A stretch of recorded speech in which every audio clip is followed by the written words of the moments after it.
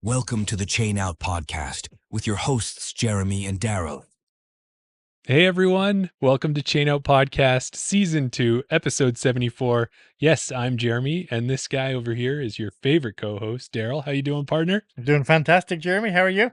Great, man. Ready for another great episode of Chain Out Podcast. Yeah, it's been a good night. Can't give too many secrets away, but Chain Out is riding on a high. Yeah, You'll find out soon enough. So if we get a little giddy or a little extra laughy and friendly tonight, you'll know why soon enough. We're not drunk or anything. No, nothing like that.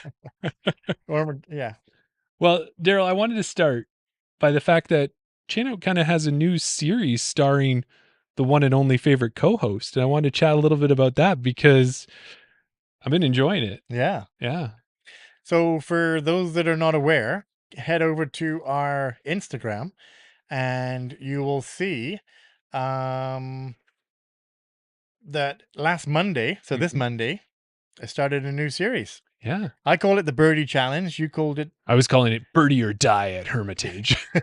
Sounds much more dramatic. Yeah, no, one of our fellow Cardinal teammates posted, I think I spoke to Tim Plamondon about it, and he mentioned that somebody had done something similar in ball golf, where what their game plan, on the ball golf side, they had to par every hole till he could par 18 holes in a row. Gotcha. So Daniel Murata, DM Creatives _ on Instagram, said that he was going to go out with just a putter and he was going to par 18 holes in a row. Gotcha. So I thought, well, I don't want to, piggyback on this. How can I put a bit of a spin on it? So I came up with, okay, I'm going to use my full bag, but I have to birdie every hole. Can I birdie every hole at Hermitage? And I cannot move on to the next hole until I birdie it. So if it takes me, if I do it in one try, then I move on right away. Okay.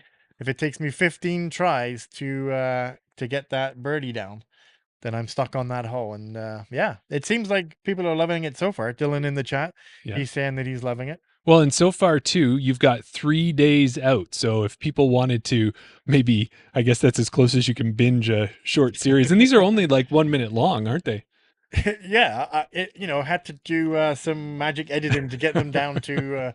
I was trying to get them under a minute, just because that's what YouTube Shorts likes and Instagram Reels and all that type of thing. But then I thought, you know what? If there's content, as long as I can get it down to a minute 20 or whatever, then you'll just have to go watch the reel. Yeah, well, I've been enjoying them. I like all the little stickers and the emotion that's kind of in it. I'm excited for the next one. So keep it up. It's good. Yeah. So I don't know, no spoilers, but we're on day 3. So day 3. I'm on all 3. The question I have is, by the time we get to the 18th day, are you going to be done, or who knows? That's the thing that you're going to have to find out. Yeah. I know Dylan had mentioned that he didn't envy. He said that hole 1 was a pretty tough birdie to get. I would agree. I've never done it. Yeah, so I was happy that I got that. Yeah. And then he said he is looking forward to me getting onto hole 6. Oh, because that's a tricky birdie. That's the power line hole. I didn't even think about that. The power line hole, yeah. Yeah, Dog leg left, blind basket.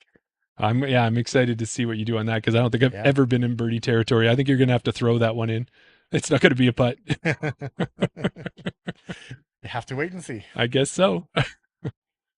So I guess that's what you've had going on. Yeah. This past weekend, I went down to Calgary. And what happened the last time we went to Calgary? Do you remember back in November? When we went down there, we went down for the Cold Garden Cup. Yes. Live. That's right. We were there with Blake, and Yeah. a bunch of our Calgary listeners were at the Cold Garden. Yeah, and then we went out for a round of golf. Oh, it snowed. Yeah, it snowed. Yeah. What happened this time? Well, I went down, and as I got there, I kind of started sending a few messages. Of course, I started with the nicest guy in disc golf, Alex Penny. Yeah. Saw if he was available to play around with me. And then Amber Chason was recently on the show with us, and we talked about getting together with her, because when we were down for the Cold Garden Cup, she wanted to come out, but we really didn't give her much time, and it was so snowy that time. So I thought, okay, well, we'll do that. So when I messaged them on Friday, said, you want to go out Sunday morning first thing? I got to go out early, and then we're going to head out. Both of them jumped on it, and I was just happy to know that I have a couple people to play with. That's awesome. Saturday night, it snows. Maybe it's you. It could be me. It could be me. They're not going to want me to come down there anymore. It's July 17th, Jeremy, and it's snowing. What is going on? Yeah. So we ended up, even with the cold, we had a great round. We had a lot of fun. I'll tell you this about DRM.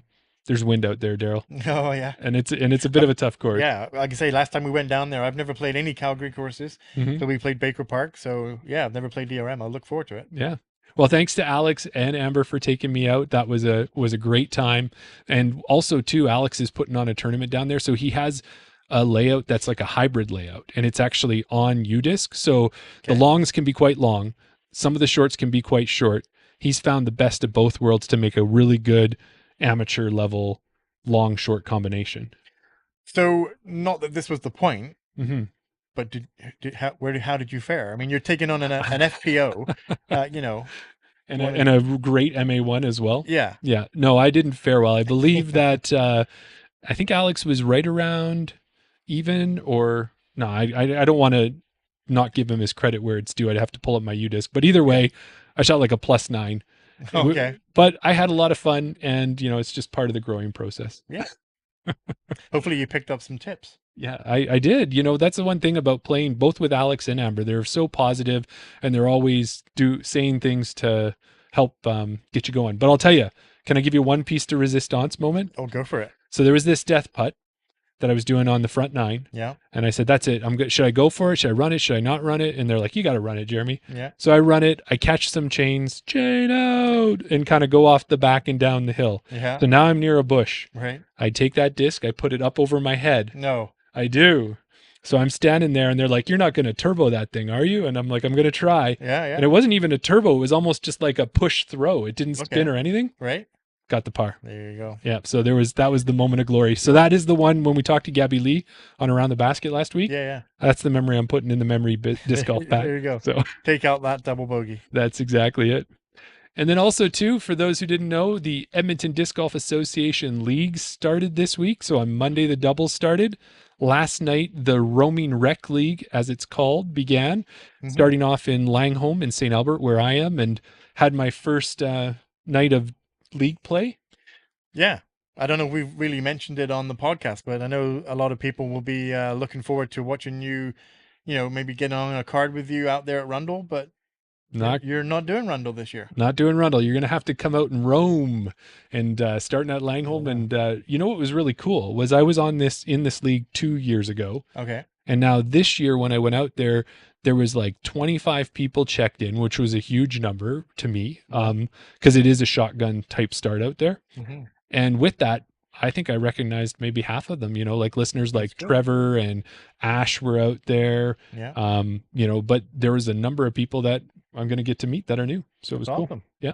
So if you want to play with any of the chain out, you can either play at the Roman Rec League, or you'll see me out at the Rundle League, which starts tomorrow. Yes. I'm excited. Oh yeah. That'll be awesome. And the Rundle League's always a good time for sure. There's so many great players, like 100 people go out throughout the little time frame usually. Exactly. So yeah. It'd be good for me to play the league again. Last year being my first time I play in the league, so this year at least I got a benchmark to try and get better then.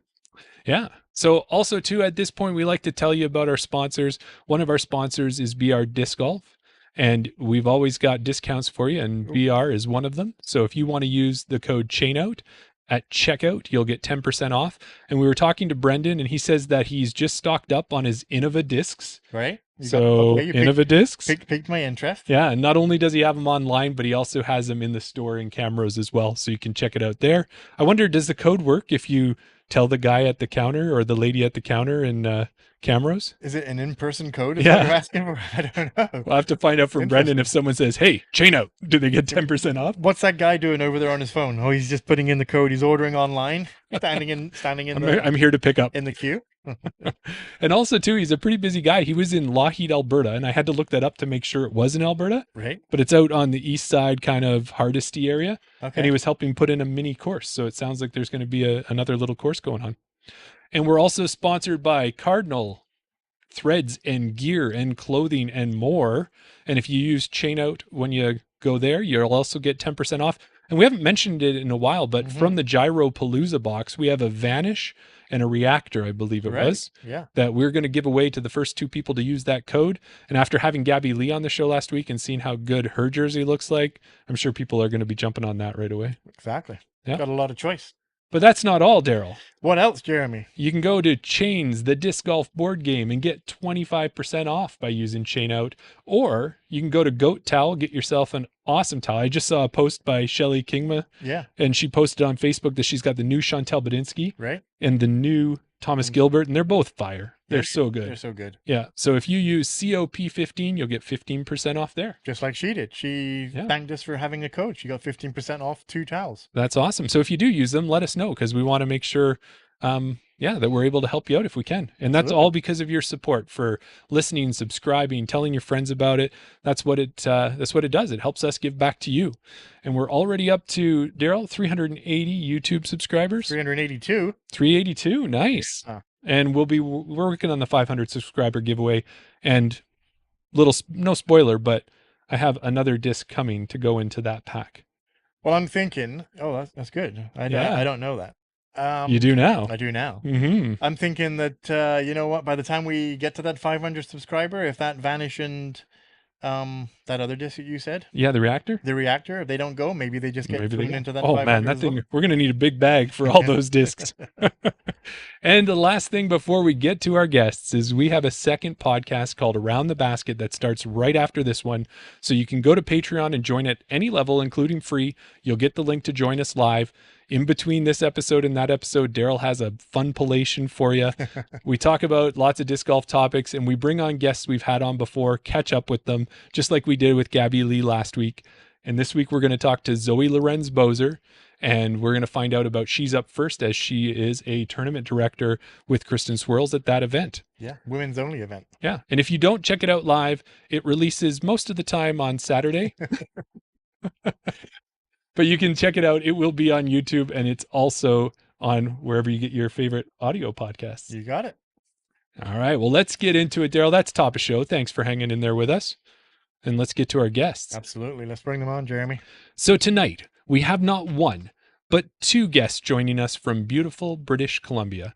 They are two of the event organizers for an amazing disc golf camp coming to the Comox area on Vancouver Island in June. The excitement for this event has been building, and we want to know more about it. Join us in welcoming Smith Lake Farms owner Clea Adair and friend of the show, previous guest in 2022 MA40 World Champion, Stad. How's it going? Good. Hey, how are you guys? Oh, thanks, Jeremy. Hey, welcome to the podcast. Good to see you again, Chance, and welcome for the first time, Clea. Thank you. It was actually my first podcast. So there you go. Oh, There you go. I think we've been a few people's first. Yeah. Yeah. That's Hopefully we set the bar at a level that you're happy with. We'll work on that. So when we did think starting this off, we thought it might be important to get the titles correct and everything else. So our listeners know that Daryl is known as the Chain Out Tech Guru. Sometimes everyone's favorite co-host. That's some of the things we call Daryl. No, I just want to interrupt you here because we had this little conversation before, and I tried to think, what do I call Jeremy? And I don't really have a title for you. I don't have it, so I want to put it out to the chat. What title should Jeremy have? Sorry, It's Gaga Crazy Jeremy. I don't know. Yeah. So, but it looks like, Clea, your title is Supreme Commander, and then Chance's title is Tree Wizard. So are we required to use those, or are we good on a first name basis? What do you think? Is that an option? I don't know. Yeah. First name is good. Yeah. That's awesome. Yeah. So, Daryl, what about, we saw something from Tim Plamondon, didn't we? Yeah. So me being from England, I know this TV show, and Tim has done a Canadian version of it. You're laughing, so maybe you kind of know where I'm going with this. The term Tree Wizard. Did you get that from Taskmaster? You guessed it. Yep. I love that show. Yeah, my wife and I watch that religiously. Yeah, such a good show. Yeah. I know Tim did a. Yeah, no, you have I watched it. Yeah, but Chance did mention where it was from. So yeah. Well, I'll tell you, it involves balloons and magic and and trees. That's all you need to know. Yeah, That's it. So, no, that's awesome. Well, my sister-in-law and brother-in-law and my nephew, they were just out in Vancouver for a track meet, and they said that the cherry blossoms are starting to bloom, and it really looks like spring has arrived out in that BC area. But then to really cap it off, to make sure that spring had really arrived, the next day it rained for 23 hours straight. So I think that is truly the BC springtime. Are you guys staying dry? What's it like right now? it is so. This time of year, yeah, it's beautiful right now. But this time of year, if you get an hour of sun, that's a sunny day. So Yeah. they were lucky. Yeah. I don't know if I can do this, but if I turn, this is Smith Lake Farm today. Oh wow. It's, hot, sunny, like A little higher. weather. So there we go. Oh, there we go. Yeah. Nice. Yeah, so I guess that's the case, hey, Clea, is that just because Chance is getting rained on, that doesn't mean that it's raining on the island, it was a nice thing to know. No, yeah, we were sunscreen and shorts and working outside all day. So Okay. Yeah. No, it's a beautiful sunny day here right now, and we've been actually kind of lucky. It's been beautiful the last week or two.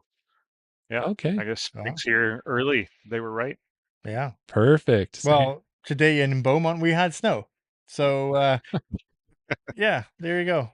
nothing that's going to stick though, is it? No. you only have to drive about 30 minutes here to get to snow. So Mount Washington has 3 or 4 meters still. Okay. It's open this weekend, but yet we're in shorts here in the valley. So we can really get the best of both worlds with that. So Oh, that's fantastic. Okay, so Chance is familiar with this, Clea, but this is going to be your first with this. At the beginning of our episodes, we like to find out how our guests got into disc golf. We do it with an elaborate origin story based on a movie, and when Chance was last on, we found out how his history is kind of tied with a bit of a Jekyll and Hyde component to it. So for this episode, I've got Clea's and Smith Lake Farms origin story together. That's right, Daryl. We got a twofer going on. Twofer. Yeah. So listeners and our guests, get your thinking caps on. Work together like an all-star baseball team and let us know if you can guess this one.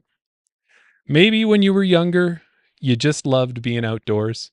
You'd run through the fields at the family farm chasing butterflies and watching the bees fly from flower to flower.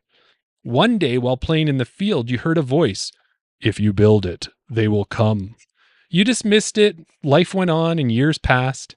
You took over the farm, becoming the supreme commander, and when you did, the voice came back. If you build it, they will come. But what did they want you to build? You built an apiary.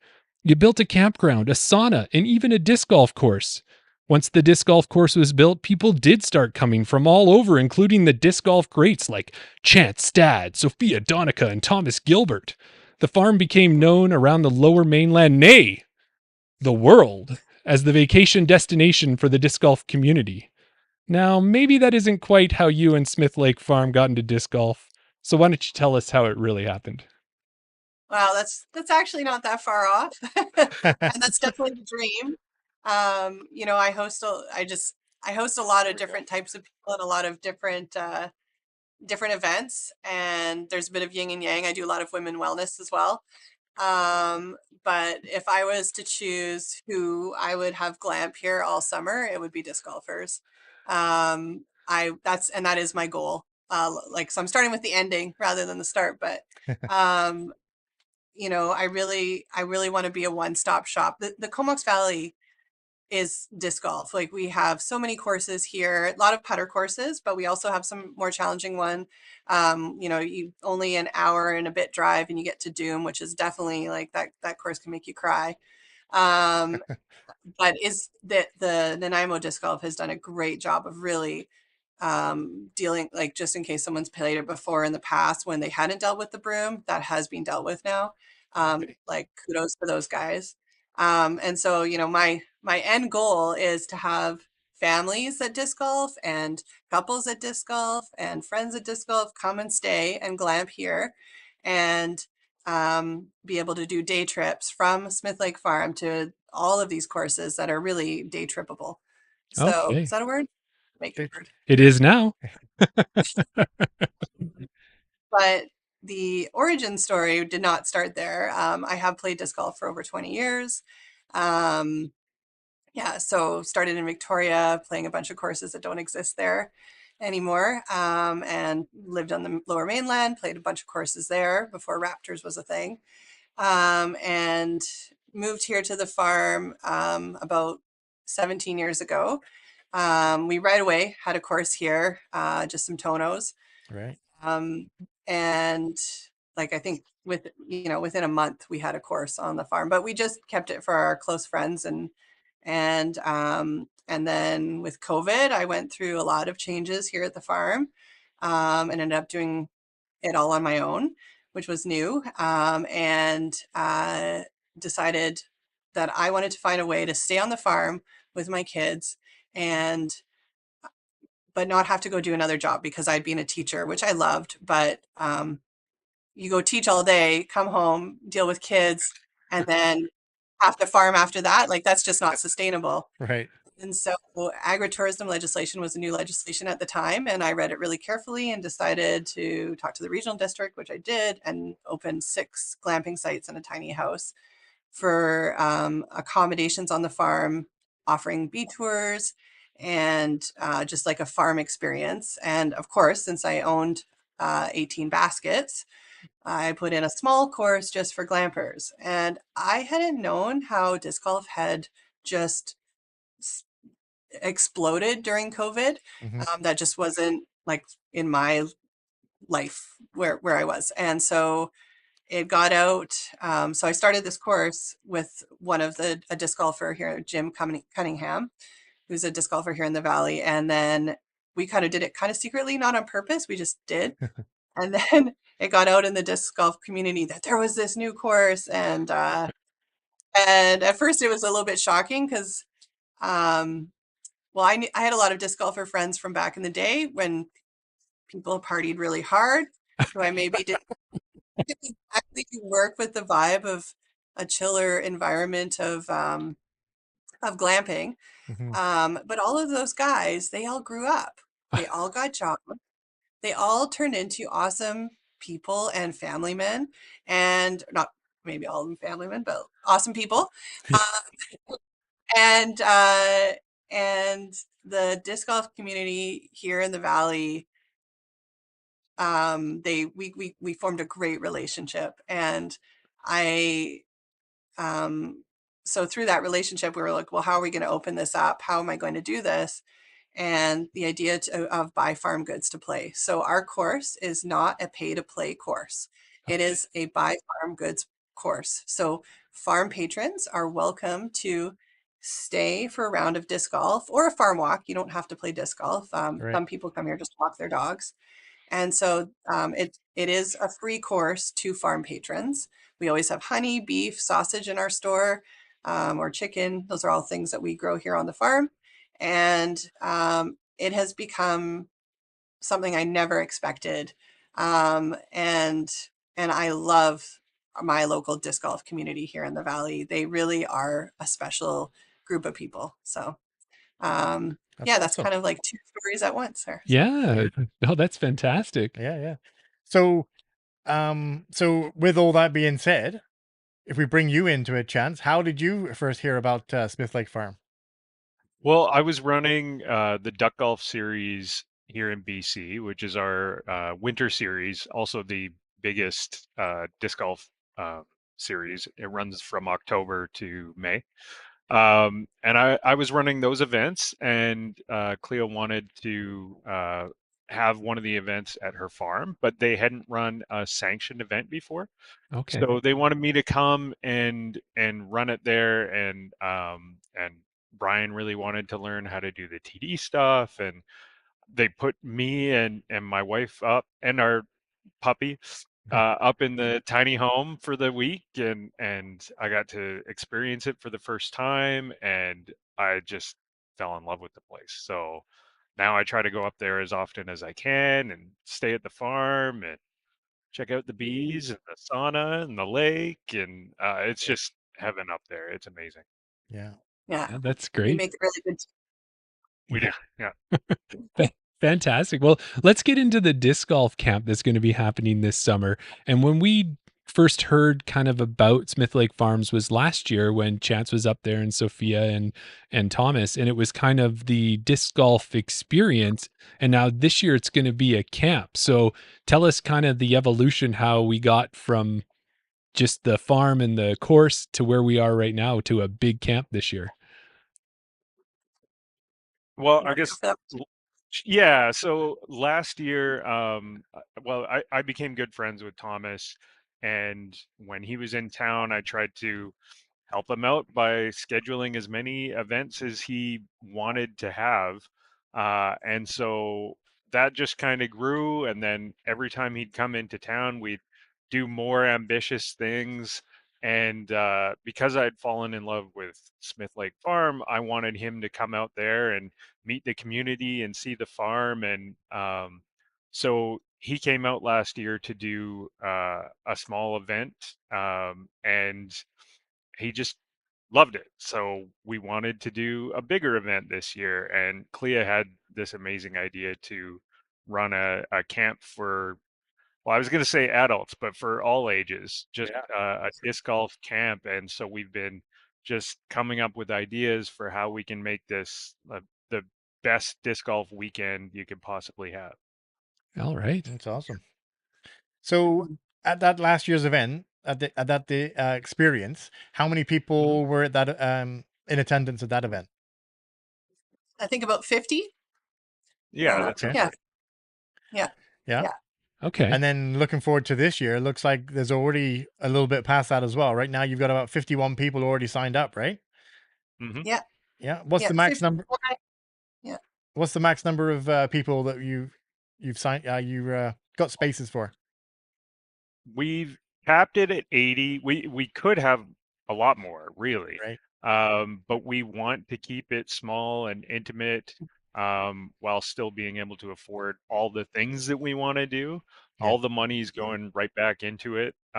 So that was kind of the number that we came up with that would be kind of the right fit. Maybe we could change it next year or something. But yeah, we just want to be able to make sure that there's enough one-on-one time with everyone, and it's a small, intimate gathering. I mean, if anyone misses it this year, they're just going to be so upset when they hear all the things we do. So Yeah, exactly. For sure. So it looks like, so what I'm hearing, Jeremy, is that there's still space to sign up. Yeah, I think there's about 29 spots. Good math. Yeah. No, that's The other reason is we rented out a whole Alders Beach Resort. So it's an entire beachfront, like truly beachfront. It's not across the road from the beach resort with 27 cabins. And so when we did the math on how many people we can fit in there, according to them, you can fit 146 people, but that's families. Right. We didn't want to have more than 2 adults to a room because you may be bunking with somebody you don't know. Although currently most people have signed up with friends. And so when we did that math, 89 was what was going to be comfortable with only 2 people to a room. And so that was why the number 80 kind of was what we decided to go on. And Alders Beach Resort, it's literally a 5-minute drive from the farm. It's got a beautiful sandy beach at low tide, rocky beach at high tide, and there's also some pretty cool laneways. So we have some ideas for some other littler events down there because I have 9 extra baskets. okay. Talking about that. So Yeah. yeah, we were thinking about putting designing like a temporary 9-hole course so that people can play during their off time, and set up maybe a glow event in the evenings, and just really pack as much into that weekend as we possibly can. I think it's still intimate enough that, if you just want to relax at some points, or take the evening off or whatever, that's totally fine too. There's a lot to do in the area, but I kind of think everybody's going to stick around and just have a fun-filled weekend the whole time. Yeah. Well, it certainly sounds like, the you've got so much on the itinerary already. Looking at the layout there. Why don't we start with the Friday night? So Friday night we're going to check in. There's some dinner and games as well at the Alders Beach Resort. You want to tell us a little bit more about that, Clea? I'm going to let Chance tell you about that. Oh, Okay. Oh, hang on. I'm bringing up the whole itinerary so I don't miss anything. It's quite Yeah, so quite we got full. Friday is Friday's the game night. So yeah, the trivia night, we're gonna have games and trivia, and famously, Thomas knows probably more than anyone about disc golf.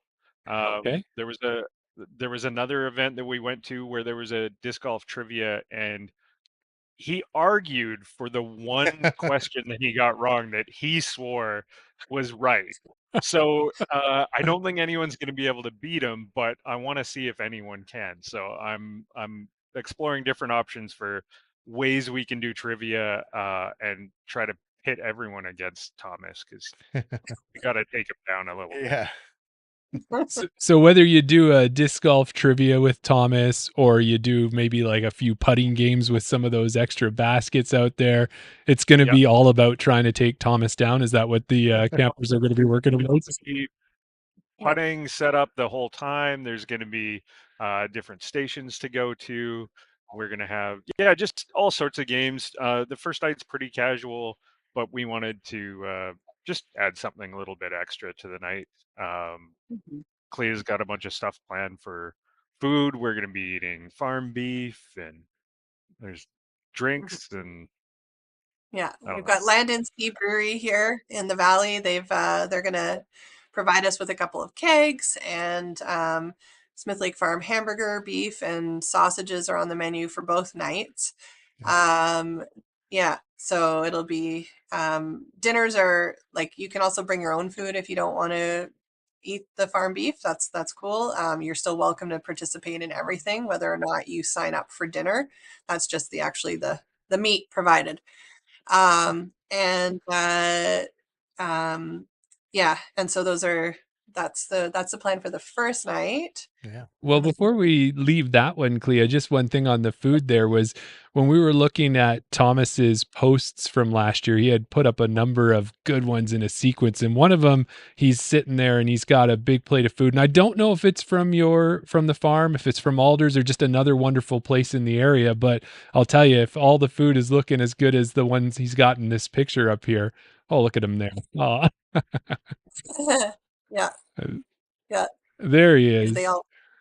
So that is at Land and Sea. So the brewery that we talked about, that's Land and Sea Brewery. They have the most killer nachos. That's actually the 3 different plates that they do.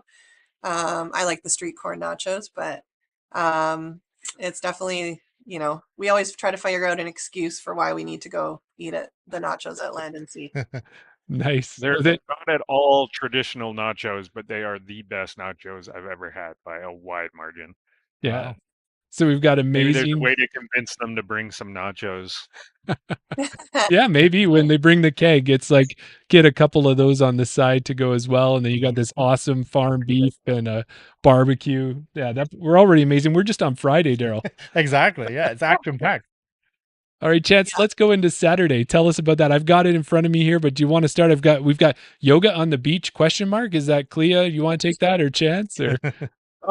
It's just honestly, some of this could change the timing, or we might adjust things a little bit. But this was kind of ideas that we had, so that people knew what to expect when they came. But Clea has a friend that teaches yoga, and so we were thinking that people might be interested in getting up early and doing yoga on the beach. I would have a hard time getting up at 7:30 to do yoga, but some people do that sort of thing. Yeah. But yeah, I think the plan. Are we doing the bus? Has that been decided? No, that's going to get decided closer to. Okay. So, Yeah. but somehow we're gonna. Everyone's gonna get from Alders to Smith Lake Farm, and that's where we're gonna spend the entire day. So there's going to be backhand and forehand clinics. We're gonna do lunch at the farm, and on Saturday, Central Coast is going to be shooting champs versus chumps. Great. So it's going to be Sophia and Thomas against all of the campers, and Nate's just going to be mocking them the entire time as he does. And we'll see. I know last year it was we did something similar for fun, and it was a pretty tight battle. Those Woodsulls were tricky for everyone. Even Thomas and Sophia were having trouble. So I think the chumps might actually have a chance this year. Nice. Mm-hmm. And then we're heading back to the Alders for dinner again that night. Cool. So yeah, so we mentioned Sophia's going to be there teaching some of the clinics, and Thomas is going to be teaching some. Chance, are you going to take your hand at teaching anything while you're there? Because I would tell you, you're a pro right up on the top with those two, if you ask me. I appreciate it. I definitely do teach lessons and whatnot, and I like to help out as much as I can. But I'm really there to facilitate. Everyone wants to hear from Nate and Thomas and Sophia, and I'll help however I can. But it's really mostly going to be about them. Gotcha. There's probably going to be 2 clinics running at the same time, and then there'll be a switch after a practice break. Okay. There's also going to be options and opportunities to, just check out Smith Lake Farm. We will be having a sign up closer to for bee tours. So if you want to put on a full bee suit, like you saw those photos of Thomas, and I know there's another photo of Chance somewhere. Yeah, we did it last year. It was a lot of fun, actually. I really enjoyed it. Yeah, we own about 15 adult bee suits, so we can put a whole group out into the bee yard, and you can check out the bees. Yeah, that's awesome.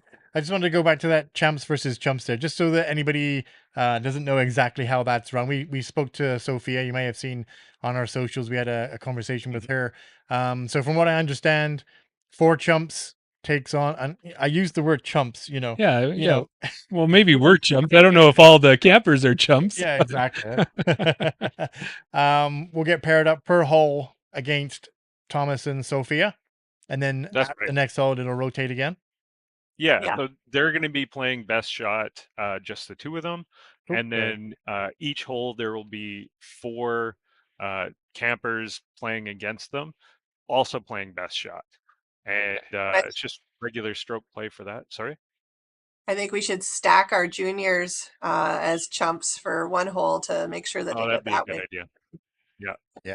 Yeah, definitely. Well, And then we also heard from Nate that he's going to be just kind of tagging along behind, giving the commentary, giving a bit of ribbing, kind of Yep. keeping everybody honest and having a good time with everybody there as well. That honestly is one of my favorite disc golf memories, is playing champs versus chumps in 2018, I believe it was, at Prince Edward Island at Canadian Right. National. I'm gonna have to watch it And again now that we're playing.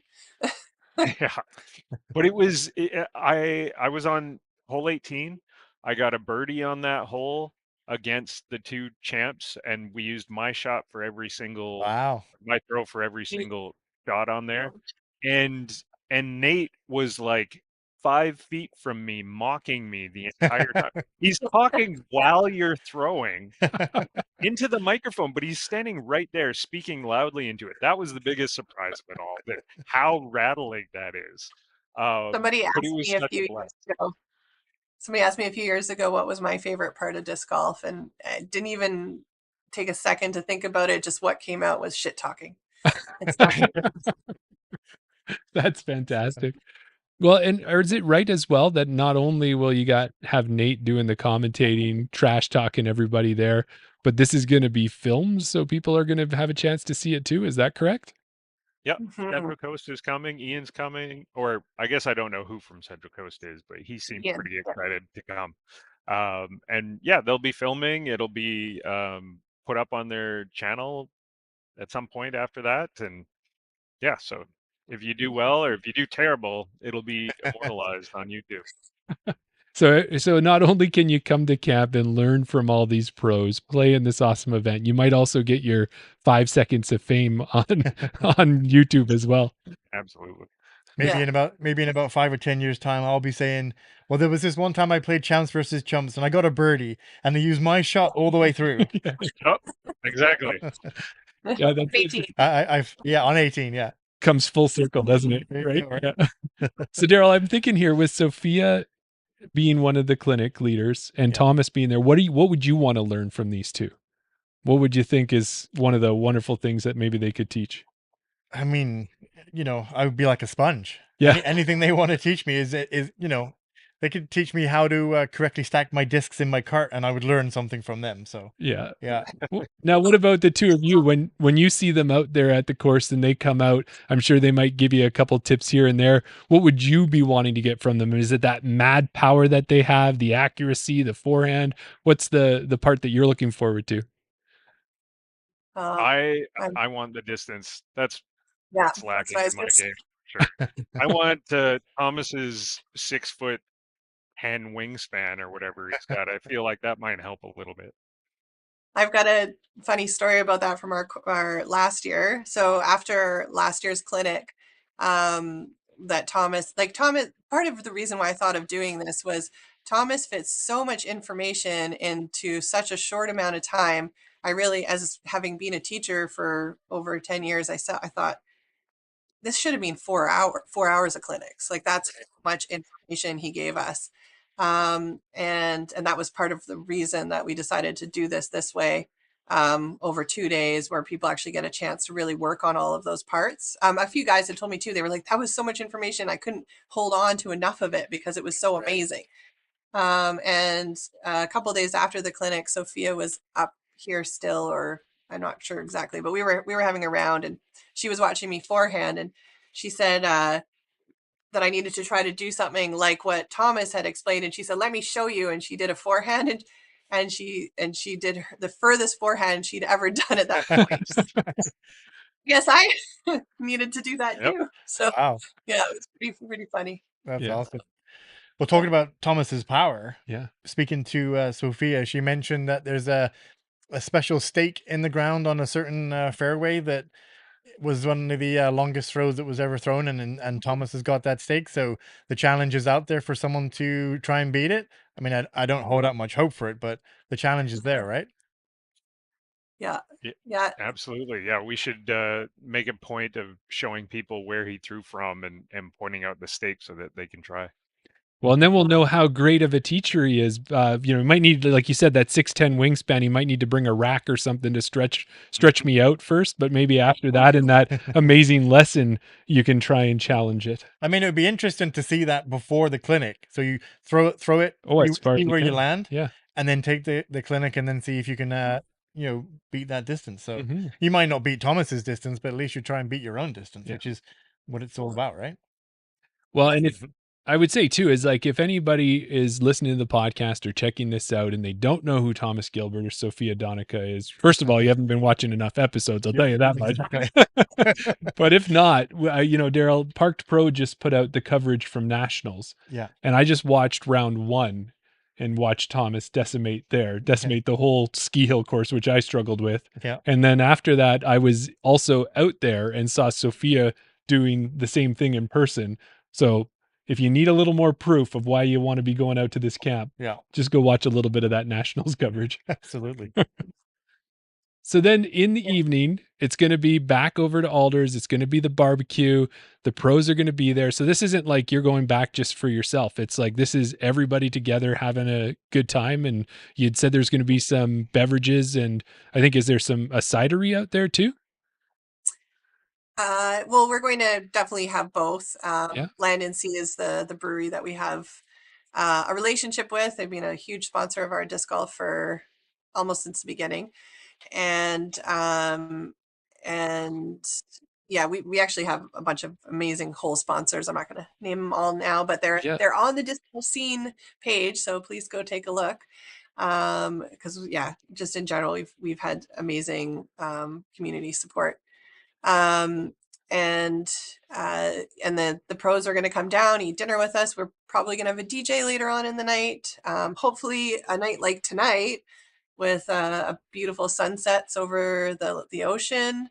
Hopefully a calmer night, and some great tunes and great conversations, and maybe a little more disc golf. Yeah. Well, and if you look behind Daryl on his side, you can see part of his stand there, and that's full of signed discs, whether it's Chantal Badinsky. I think there's a Thomas Gilbert and a Sophia one there as well. Hey, they're all up there. Yep. But if somebody was looking to add some discs to their collection, do you expect that maybe the pros will have some available? You can guarantee it. Everyone's going to have some discs there. They're going to be signing, doing autographs, and you'll have a chance to get stuff. I think we were even talking to, I mean, not that it needs to be said now, but we were talking about having ways that people could buy discs so they didn't have to worry about bringing a bunch of cash too. So if they see a bunch more than they planned, they can still make sure they get them home. Yeah. Well, also too, Chance, I'm an MVP Axiom thrower. That's what most of my bag's made up of. And both Gabby Lee last year and yourself had some really awesome stamp discs. Are you going to have a new one by that point, do you think, for anyone who wants to pick up a new Chance Stad disc? I sure hope so. Mike's working on it now, so I'm trying to get some in time. It's going to be a little bit different this year, but I'm hoping to have another stamp. Yeah. There's also, I don't want to get anyone's hopes up too much, but there is a way I've thought of that people might even be able to stamp their own disc while we're there. Oh, interesting. Wow, that's intriguing. Yeah. You know what I'm thinking, Jeremy, is that with all these extra discs, and you're probably gonna take some honey home with you as well, maybe some sausage. You're gonna need to bring an extra suitcase. That's a good point. Just we got get there and too. then fill your whole bag. That's awesome. Yeah. And Daryl, we kind of realized this when we actually chatted with Gabby Lee last week, and we were talking about getting pro signatures on discs and whether they should be behind you on the wall or whether you should throw them. And there's an argument for both, right? It looks really good behind you. But I said to Daryl, when I've got like Chance's signature on a disc and I go to throw it, that means I've got Chance's luck and help every time I throw that disc. So I think that's what my argument is to throwing it. I am the same way. I have a couple Thomas Gilbert signed discs, and I just pull something out of my bag that I love, and I get a little extra love magic on the disc, and then it goes straight back in the bag. In fact, the hole 18 at PEI that I was telling you about, one of those shots was with a Nate Sexton signed Firebird. There you go. There you go. So I've been doing it the whole time. That's awesome. Pretty discs fly better, right? So That's true. Absolutely. So what you're saying is I shouldn't have them on the wall behind me. Well, you should buy two. One for the wall and one that's for it. your bag. That's what Sophia said. Yep. There you go. So then with this evening with the pros, and will there be more games? Would there be, I know Daryl's going to cringe when I say this, but would there be any karaoke or maybe some dancing with the DJ music? What are you expecting out of that? That actually sounds like a ton of fun. I don't know about the karaoke. I've heard a few disc golfers sing, and it's usually not a good idea. But some of them, I know Thomas has been working on his karaoke songs. well, No this spoilers. DJ does. DJ Ree's sister, she plays great music, and I've definitely danced to a lot of her music many a time. So, yeah. Sounds like it's going to be a fun night no matter what, Jerry. Yeah. And then we got one day left to go. Hey. Yeah, moving on to the Sunday. So it looks like that starts off just a little bit later at 9 a.m. You got the putting clinic in the morning. You want to tell us a little bit more about the itinerary on Sunday? Yeah, just we're going to have another focus on putting and on mental game. Just basically anything that we might have missed. People are going to have the opportunity to just sit down and discuss anything they need to that they didn't talk about at the barbecue, I guess, right? And then we've got another lunch. Nate's got to leave a little bit early that day, so we're going to say goodbye to him at lunchtime. And then there's going to be a doubles tournament in the afternoon, and then we're going to have awards. A lot of the like the putting, and well, there's a bunch of surprises too, but a lot of the games that we're playing, there's prizes for a ton of them actually. Right. So we're going to have awards and prizes and things to give to people before they leave for after the weekend. That's awesome. So yeah, it's going to be a ton of fun. Yeah. Well, nice talk. Go ahead. We've had a few of our sponsors donate a little bit of plastic that'll be going into those award packages. So sweet. Nice. Yeah, I'm intrigued. Yeah. And another thing, when I was looking at that itinerary as well on that last day, there was a portion on a mental game clinic. And it's like a lot of people do backhand clinics, forehand clinics, putting clinics, that type of thing. But like when you've got pros like you guys who have been in the highest stress situations in disc golf, I think there's a lot that can be taught and learned from that experience. And I think to me, I could probably use that just as much as any of those other skills. Yeah, for sure. Well, one thing with our sport, because there aren't a lot of people teaching, and there's people taking it seriously enough now, but there hasn't always been a lot of teachers and a lot of people to go get lessons from.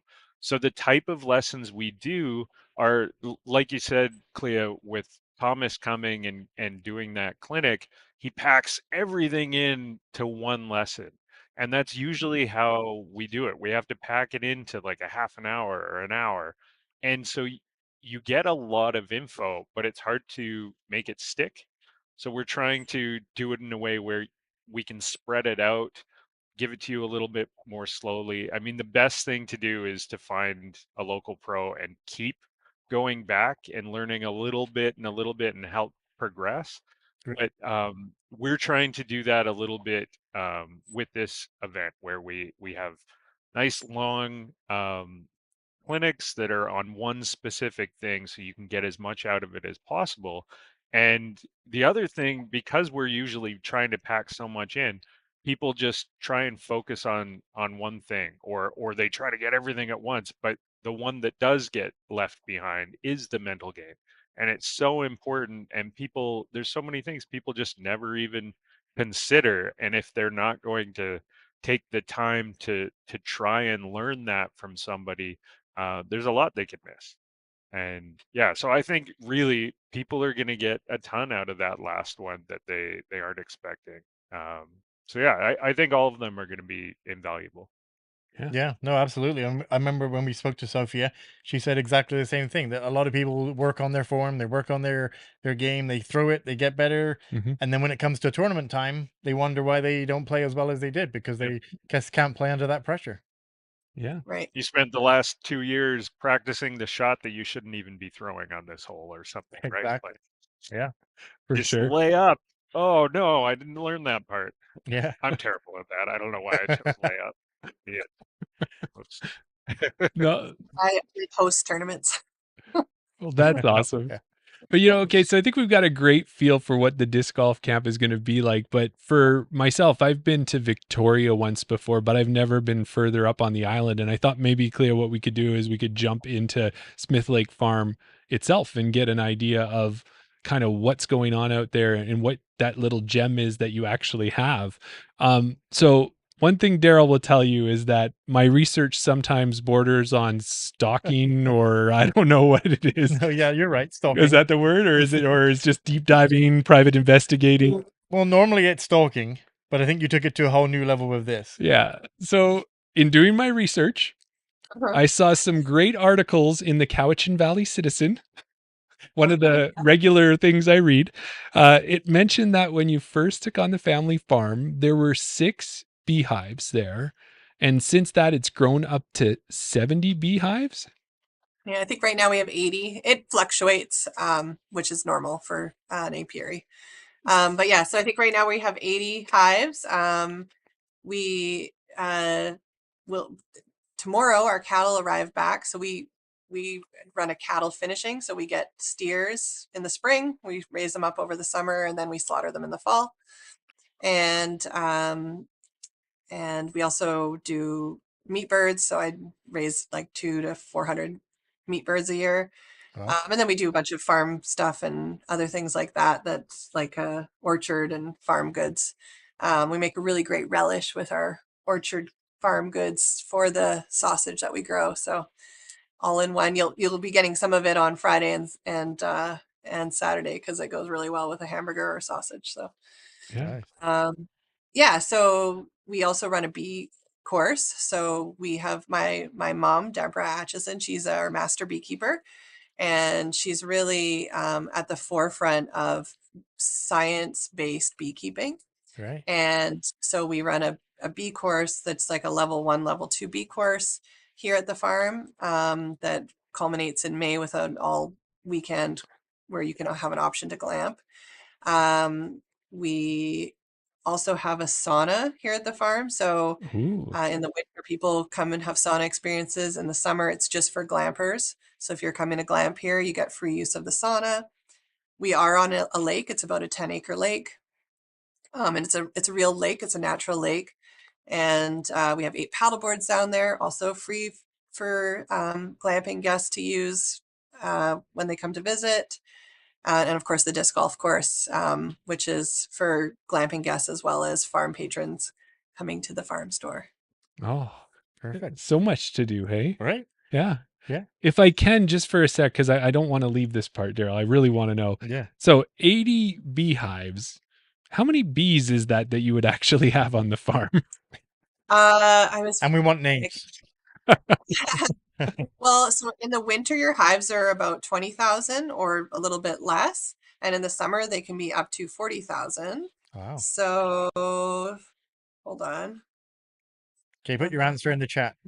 Yeah. 3.2 million. So 3.2 million, yeah. Wow. Crazy. 3.2 million bees. Wow. So does that mean that you're pretty much pollinating the entire island with your bee farm there? That's actually what we would be considered a small commercial apiary. So Okay. that's still considered a small commercial. But it is definitely commercial. We do 2 things. We have nucleus hives that we sell, and so we don't actually produce as much honey if we didn't sell our nucleus hives, because then we're actually selling off our bees, right? And then we also make honey, so about 2,000 pounds a year. And that's growing right now too, because when you grow a beehive, it takes a few years for them to get up to production because they have to make comb first, and comb takes 7 times the amount of energy Okay. to create than honey. And the life's work of a bee is about a quarter teaspoon of honey. Right. So, or an eighth teaspoon of honey. So just when you're thinking about how much work goes into a teaspoon of honey, that's like the eight bees worth of work. Yeah. Anyways, when you take the bee tour, you'll get to hear all of my random bee facts, because I just kind of like don't stop talking for the entire half hour about the amazing world of bees. It is delicious honey too. I Oh, stock I up imagine. whenever I'm there. Mhm. I bought a few jars of honey last time and left with like 40 pounds of beef because Yes. yeah. So when you do that tour, you really get to find what the buzz is all about. Yeah. Yeah. I would say also that we don't keep all of the hives here on the farm. So if that sounds like a little scary, 3 million bees, we actually have 2 outyards. So our bees, only our smaller hives are actually at our farm, our breeding hives. So our breeding hives are big, but then our young hives are at the farm. And then the rest of our hives, our production hives, go out to Mount Washington in the summer. They go up to our out yard up at the top of Mount Washington, and they go on the fireweed up there. And then we also have an out yard in Comox where they go and pollinate an apple orchard as well. So Nice. Oh, okay. Yeah, I hadn't yeah, thought and that's about that before. I hadn't thought about it before, but anytime I've been up there, like the bees don't seem to be bothering people or anything, I guess. They I got a think lot of work to do. 100,000 here. Yeah. Wow. Well, there you go. And we mentioned it a little earlier about the accommodations that are on the farm, but Clea, maybe you can tell us about the glamping tents, and then because Chance, you've stayed in the tiny home, maybe after that you can tell us what your experience was in that. Sure. Yeah. So we have 6 glamping tents. They are actually kind of more like a yurt because they have high sidewalls, so you can actually walk around the whole inside of them. They all have a queen size bed or a king size bed, and then they have 2 smaller flip out couches that flip into single mattresses. So really, a family of 4, or I don't mind if you squish an extra kid. So family of 5 really fits and they're comfortable. And then there's a second smaller tent at every site. That's a kitchen tent that's got like a table and a propane cook stove and another little table inside for if it's raining, which, we hope doesn't happen, but might happen. Another picnic table outside, Adirondack chairs, fire pit, and every site has its own outhouse, but it is camping, so it's an outhouse. Right. At the back of the barn, there's outdoor showers that are beautiful at sunset. Like you can just see over the top and watch the sunset over the field as you're in the outdoor shower. I highly recommend that. And then that's like kind of all of and then there's of course the 2 docks and the sauna and lake, and yeah. Yeah. And how about the tiny home chance from your point of view? Oh, the tiny home's great. I love the glamping tents. I've stayed there as well. But the nice thing about the tiny home is it's got power, and usually when I'm up there, I'm, doing TD stuff on the laptop and using a bunch of power. But it's really cute little thing. It's basically just one floor with the living room and kind of another sitting dining area and a pretty good kitchen. And then it's got a loft with a queen size bed upstairs. But the kitchen is good enough that last year, or the first year I was there, made 2 beef Wellingtons in it. So Oh, wow. that was fun. Wow. Fantastic. Yeah. We just got a question here in the chat. Of all the animals that you've mentioned, do you have any horses? No, we do not have horses, and we have a moratorium on new animal species. Okay. Well, there you go. What kind of ducks do you have? You have those silent ducks. Silent duck.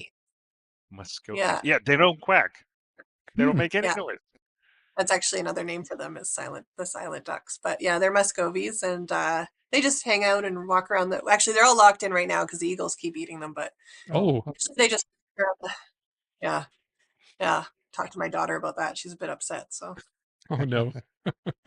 Well, there you go. Now, we did talk about it a little bit. We just touched on it, that there is a disc golf course on the property. What can you tell us about it? Like, how many holes is it? Is it a difficult one? Is it more amateur level? Like, where does it fit in? Is there, like, do you have any memorable signature holes? What can you guys tell us about that? I'm going to let Chance answer that because he's played a lot more courses than I have. So Oh, well, I don't know how many holes it is because it changes every time I'm there. But I'd say, what, 14 of the holes are on the one side of the property, and it does stretch out quite a bit. There's some par fours, and it's mostly really technical wooded holes that are, 250 to 300 feet long, with some longer ones that are legitimate par fours. But then they've got another. Sometimes it's a separate, not miniature course, but like a shorter, still very technical and difficult section of the course that gets added on the end. But I know Clea has plans to expand the other side and have them be two separate courses all the time. So you'll have the kind of beginner course, and then you'll have a big, hopefully championship level course in the woods. And there are a couple new holes that they have already made to add to it. And I think we're going to be playing those new holes in Champs versus Chumps if we can, the tee if pads are all going goes in. according to plans. Nice. What's that? Yeah, tee pads are going in this weekend on Okay. those two new holes.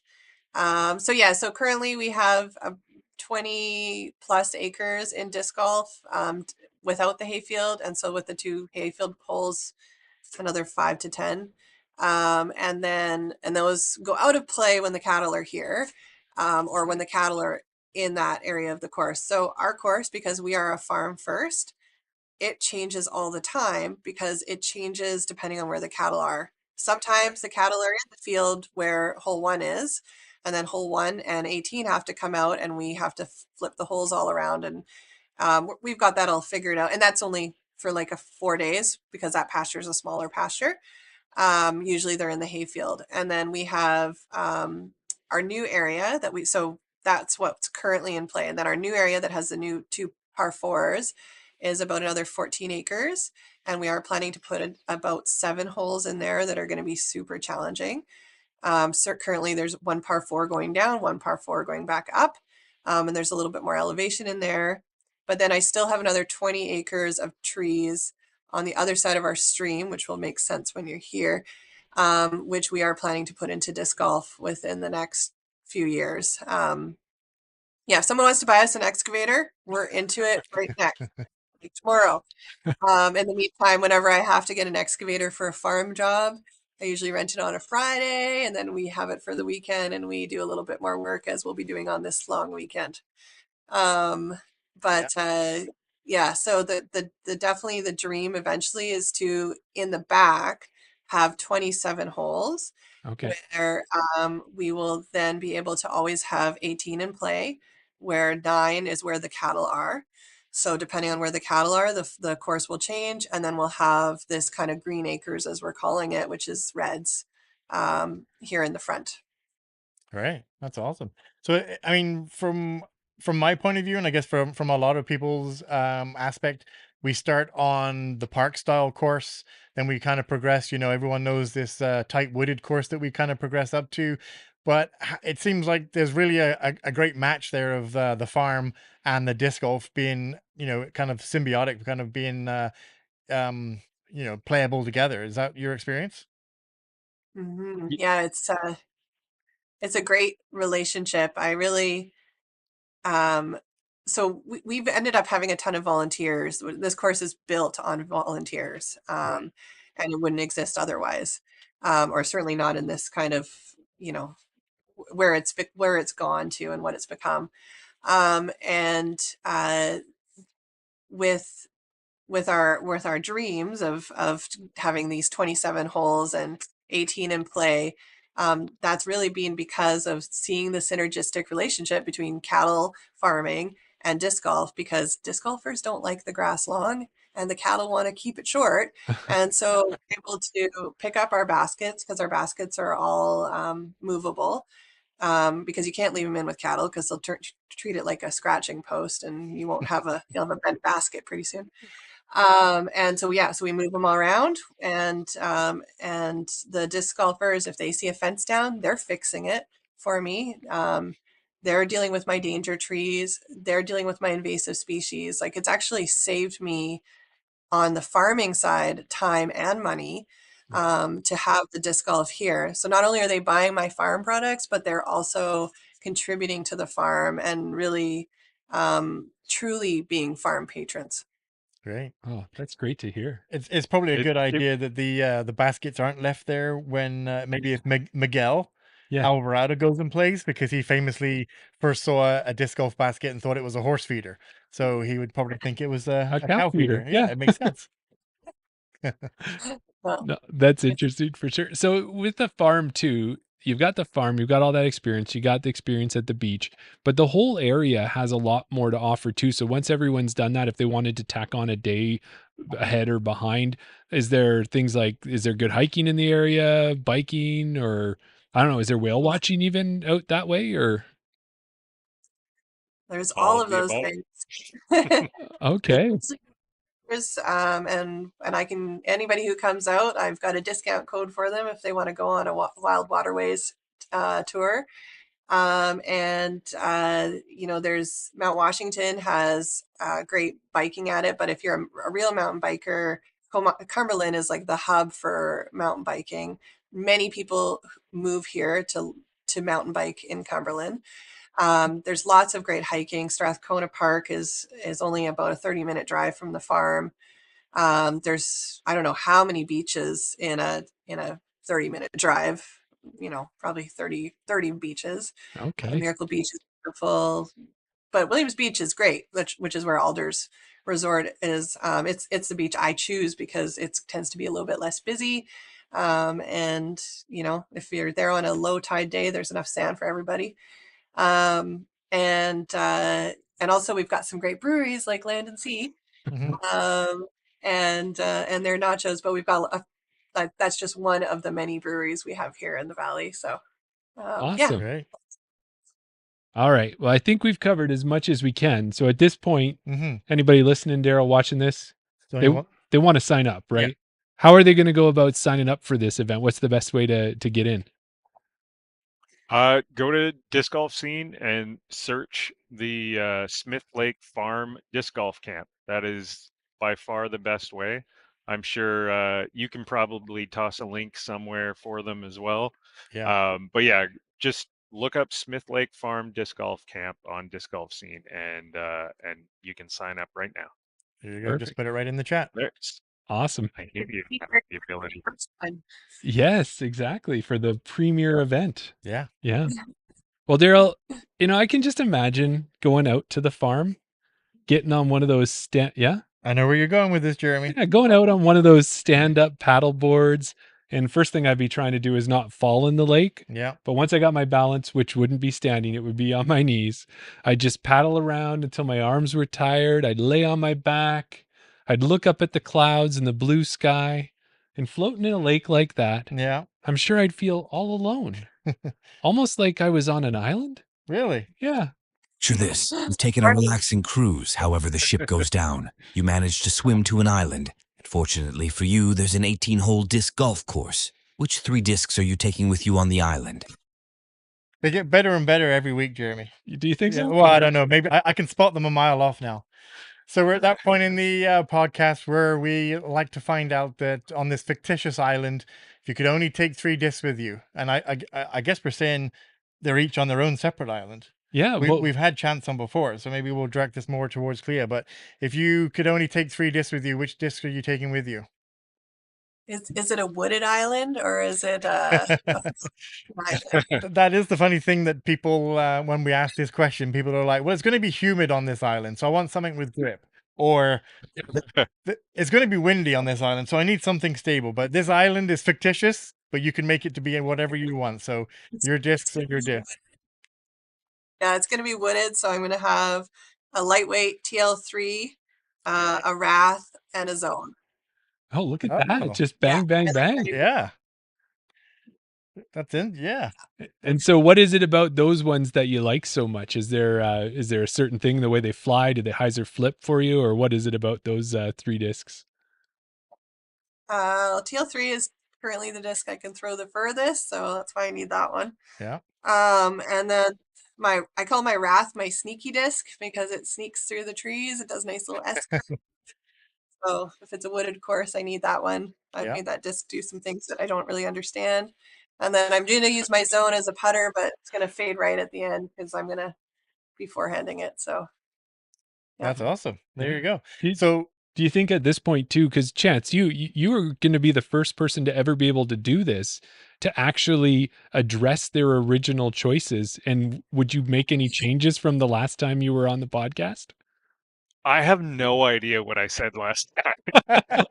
Do you remember what discs I chose? I looked to see if I had it written down, but why don't you tell us and we can compare, and maybe we'll put a little note in the comments later. It's the same, because I was thinking about that because I knew you were going to ask this time. And I think I would bring 3 glitches. really? Really? I'm hoping I'm not alone on this island. And so me and whoever I'm there with, we each get our own disc. We can play catch with it. And it's really my favorite disc to throw. I think it's the best teaching tool, but it's also just so much fun.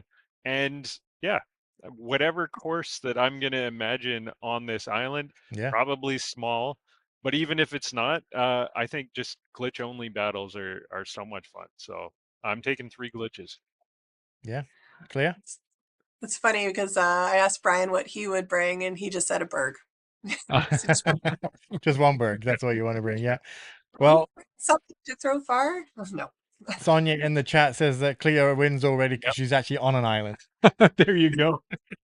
So I guess, does that mean the next question you're going to ask already has an answer too? Exactly. So the follow-up to that, which we haven't asked you before, Chance, but the follow-up question to that we've started to introduce, if you could transport one course to be on this island, so I'm guessing I know Clea's answer, but if you could transport one course onto this island, that's the only course you can play while you're stranded there with your glitch, and I'll ask Clea as well. I'll let Chance go first.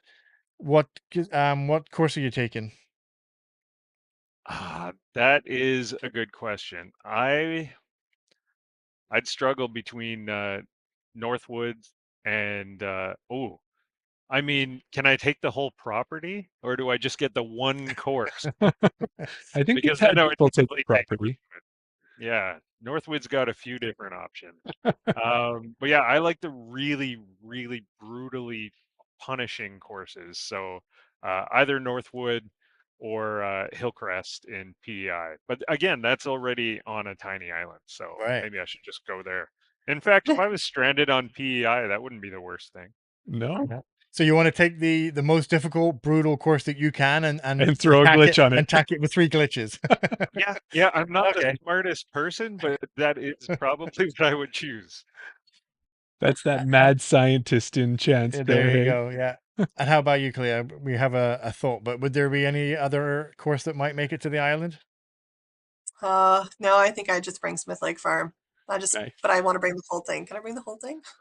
You can bring the whole thing. There's really no rules on this this island. I mean, you'd get to finish it. You'd get to use all that extra land and make it the course that you're already dreaming of. Yeah. Oh, and what do you know? There's an excavator already on the island for you. Perfect. There you go. I definitely feel like sometimes this course becomes a bit of an island for me. Like in the summer, I'm just so busy, and Brian's bringing home food, and I just don't leave for like 2 weeks sometimes. So everybody comes to me to play disc golf. I don't need to go anywhere. There you go. That's awesome. That's it. Yeah. Well, I think, truly they'll build it and they will come. Yeah, it is. It kind of goes right back to the origin story. Look at this. Full circle. Yeah. Well, it sounds like blast you for getting that quote wrong, though. Oh yes, I know. I had to adjust it. It's got to fit the story, right? So it's what everyone thinks it is anyway. Yes, it is. I did look at that Chance knowing that I would have someone as attentive as you. Daryl didn't catch it, I don't think. No, but... I've never seen the film, but I know the quotes. But obviously, I don't know. Movie. Yeah.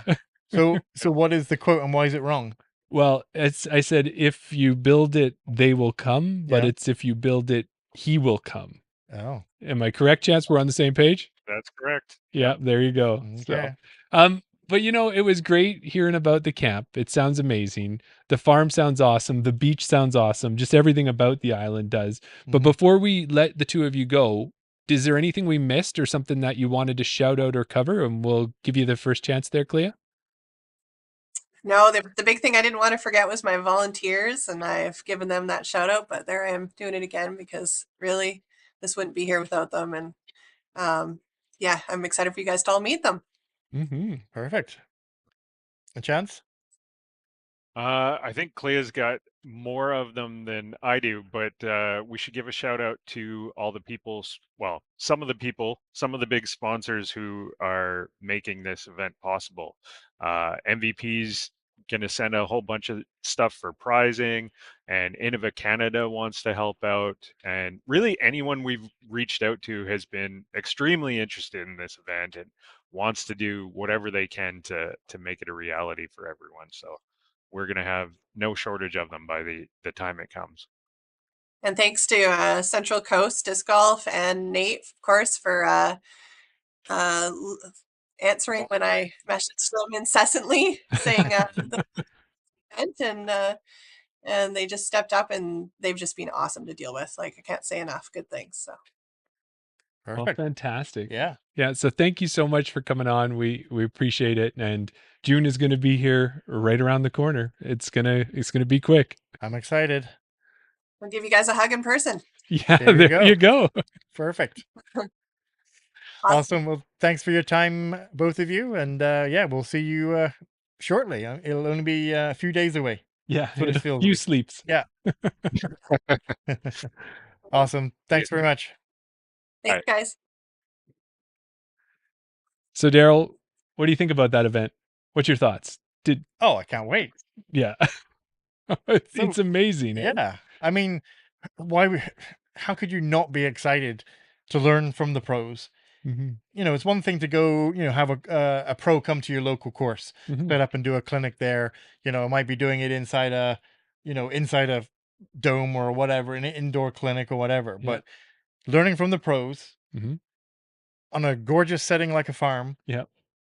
on an island, in the sun, With a beach. with a beach, with paddle boards, with barbecues and sausage and meat and chicken, microbreweries and swimming and saunas and bees and oh my goodness. Yeah. I would say, do you have it figured out how many sleeps there are? Do you got that already? Or you will after tonight, won't you? After tonight, yeah, I'll put it on the calendar. No, that's fantastic. I'm so glad that they were able to share with us. And I think you've been able to already see some of the great things Sophia had to say about the camp. And just stay tuned because I think we've got some more coming your way. We got somebody else to talk to. Yeah. We've spoken to them. And really, when it comes to things like this, it's like I'm always trying to figure out, what am I going to do for my vacation? Mm-hmm. Where am I going to go? How am I going to spend it? Am I going to go to Mexico? Am I going to go somewhere hot? Something like that. But when you see something like this, like even for my partner who doesn't really disc golf much, Right. Comes out once in a while, it seems like this is that match made for the disc golfer and maybe the non-disc golfer because there's so much to do for both people. Absolutely. Yeah. I couldn't agree more. Mm-hmm. But it's funny though you say about vacations because I was just thinking then that, famously, I haven't missed an episode in 74, 73, 74. What are we at? We're 73, I believe. 73. Yeah. But then I was like, oh, it's okay because it's a Friday, Saturday, Sunday, and then I can be back and I won't miss an episode again. So. You're going to keep that streak Yeah, going. exactly. Yeah. Well, then, maybe I might stay an extra day or two. You never know. That's right. Yeah. Well, and if you've got your streak going, listening and watching to our shows and you're not subscribed yet, what the heck are you doing? Please click that subscribe button in YouTube. Follow us on Instagram. Comment on our video, all those different things. Ooh. We really appreciate it. And what else we got to say about that, Daryl? No, something weird happened. Yeah. Well, that's part of the technical wizard work there. I'm apparently a guru. The tree wizard with the technical wizard. There you go. But if you want to support us further, you can go out there and you can check us out on Patreon. There's multiple ways you can, or you can go to our link tree and just buy us a beer. We have an option for you to do that. We always appreciate that. And I think mine needs a little more right now. You do, yeah. You went through yours quite quickly. I'm still working on it. And of course, too, we've got all those discounts for you. We mentioned before, chain out in most cases. And if not, then you can use COP15 as the other one. So 10% BR Disc Golf, 10% Cardinal Disc Golf. There you go. 25% Chains, the disc golf board game. It's in the chat. And 15% Goat Towel with COP15. God, there's so much savings. Yeah. All thanks to Chain Out Podcast. And speaking to the Patreon, thanks to all the Patreon members who have supported us so far. We appreciate you and look forward to seeing you in about, 15 minutes or so? Around 15 minutes on Around the Basket. And again, we're going to be talking to Zoe Lorenz Bozer and talking about She's Up First and seeing what Zoe's doing for her FPO disc golf play this year. Now, Jeremy, if you just reach into the bag on the top, on the right-hand side, you'll see a very nice Patreon subscriber. No, on the right, on the right-hand side, the furthest right you can go. Getting there. Yeah. Oh, a very nice Dina Dies Discs TL3. Oh. It's not a lightweight TL3, but it is a TL3. Thank you, Dina, for dyeing this one for me. So this is a 8.5 minus 1.1, I believe. 8.4 minus 1.1. So that's why you can get that nice S turn out of it, like Clea said. Yeah. No, I've never been to Smith Lake Farm, but I wonder if we could get a lightweight one, if I could take it to that Thomas Gilbert hole. Right. Rip it down the fairway and see if I could beat his distance. I think what they should do is where his stake is for those throws, they should probably just put a basket there. Exactly. That's what I'm thinking. Have a bit of a target that you got to aim for. Nice big target. Now, if I was to take this TL3, take it to that hole, go through all the clinics, work on my power backhand. And your mental game. And my mental game. And I'd be set. I'd be standing there on the tee. I'd have Thomas and Chantel and Chance and Nate standing behind me, wishing me to do the best I could. I would take this disc. I would fling it down the fairway, Jeremy. We get a nice S turn out of it. Wow. And I would reach that marker. You would reach it? I would. And it would hit that basket. Oh, that would be so amazing. And because I've recently, or I would be looking forward to the putting clinic, I wouldn't need to putt. No. Because this disc would do one thing. It wouldn't do one thing. It wouldn't do it. What would be that one thing it could never possibly do? Of course. It would never. It would never. Chain out. Thanks, everybody. We got there in the end.